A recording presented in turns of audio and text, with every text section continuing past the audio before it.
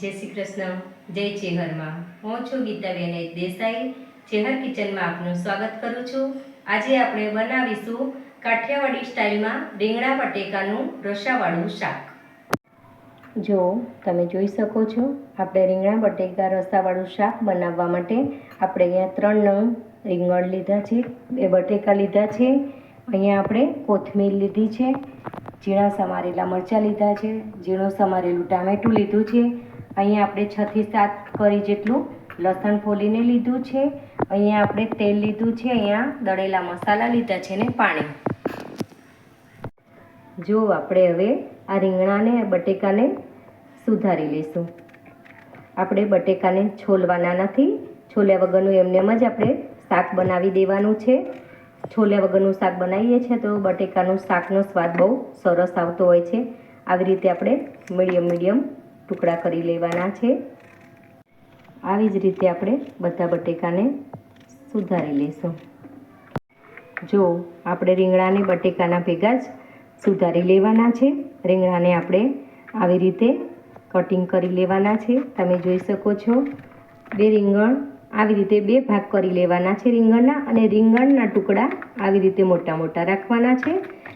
જો તમે જોઈ શકો છો, આપણે રીંગણના ટુકડા અહીંયા બટેકા કરતાં થોડા મોટા સુધાર્યા છે, બટેકા થોડા નાના સુધાર્યા છે, કારણ કે બટેકા છે એ જલ્દી નથી ચડતા હોતા અને રીંગણ જલ્દી ચડી જતા હોય છે। એના કારણથી આપણે 2 સરખા ચડી જાય એટલા માટે આપણે રીંગણના ટુકડા અહીંયા મોટા રાખ્યા છે।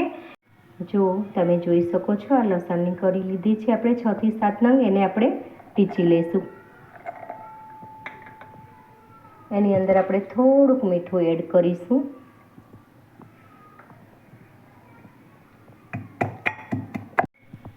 જો તમે જોઈ શકો છો, આપણે લસણની અંદર જ બધો મસાલો નાખી દેવાનો છે। આપણે અહીંયા 1 થી 1.5 ચમચી જેટલું ધાણા જીરું એડ કર્યું છે, 1 ચમચી તીખું મરચું છે એ એડ કર્યું છે,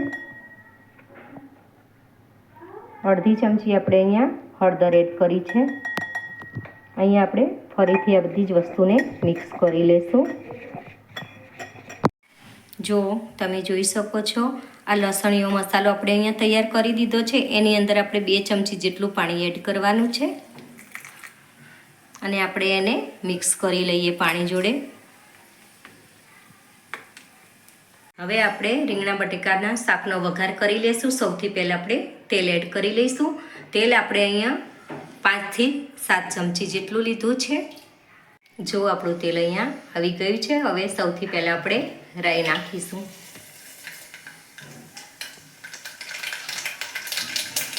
હવે આપણે અહીંયા જીરું નાખી દઈશું। હવે આપણે હિંગ નાખી દઈશું।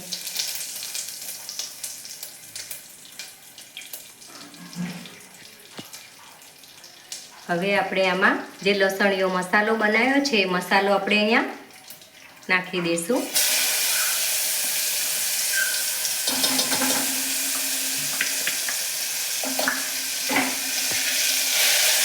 આવી રીતે આપણે મિક્સ કરી લેવાનો છે મસાલાને।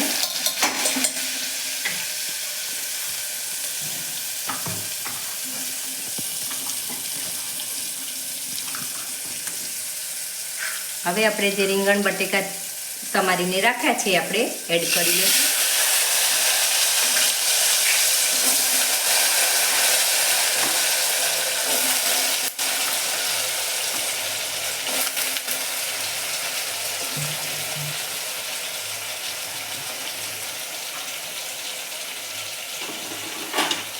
હવે આપણે આને સરસ રીતે મિક્સ કરી લઈશું। જો તમે જોઈ શકો છો, આપણે અહીંયા રીંગણા બટેકા અને મસાલા જોડે સરસ રીતે મિક્સ કરી લીધું છે। હવે આપણે આની અંદર થોડું પાણી એડ કરવાનું છે। આપણે અહીંયા અડધો કપ જ પાણી એડ કરવાનું છે, વધારે પાણી એડ કરવાનું નથી। હવે આપણે આને ઢાંકીને 4 થી 5 મિનિટ માટે ધીમા ગેસે રહેવા દઈશું। જુઓ તમે જોઈ શકો છો આપણું શાકનું કુકર અહીંયા થઈ ગયું છે, 4 મિનિટ કમ્પ્લીટ થઈ ગઈ. આપણે હવે આને ખોલીને જોઈ લઈશું.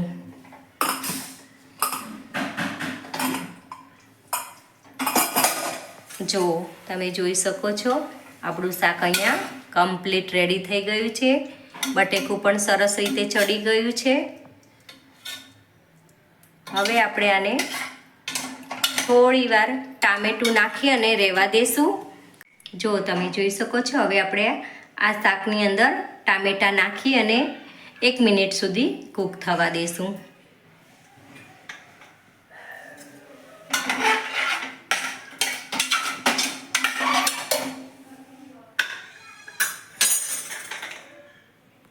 જો તમે જોઈ શકો છો આપણું રીંગણા બટેકાનું રસાવાળું શાક ટામેટા જોડે અહીંયા સરસ રીતે કૂક થઈ ગયું છે. હવે આપણે આને નીચે ઉતારી લઈશું. હવે આપણે આને સર્વ કરી લઈશું.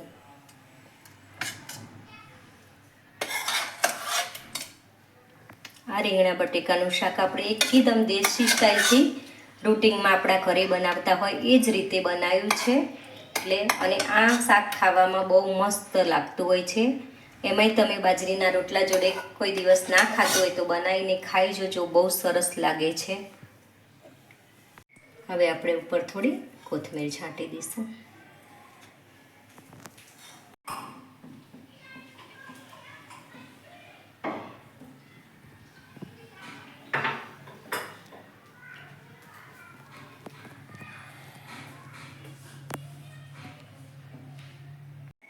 જો તમને મારી રેસીપી પસંદ આવી હોય તો મારી ચેનલ ચેહર કિચનને લાઈક કરો, શેર કરો અને સબસ્ક્રાઈબ કરો.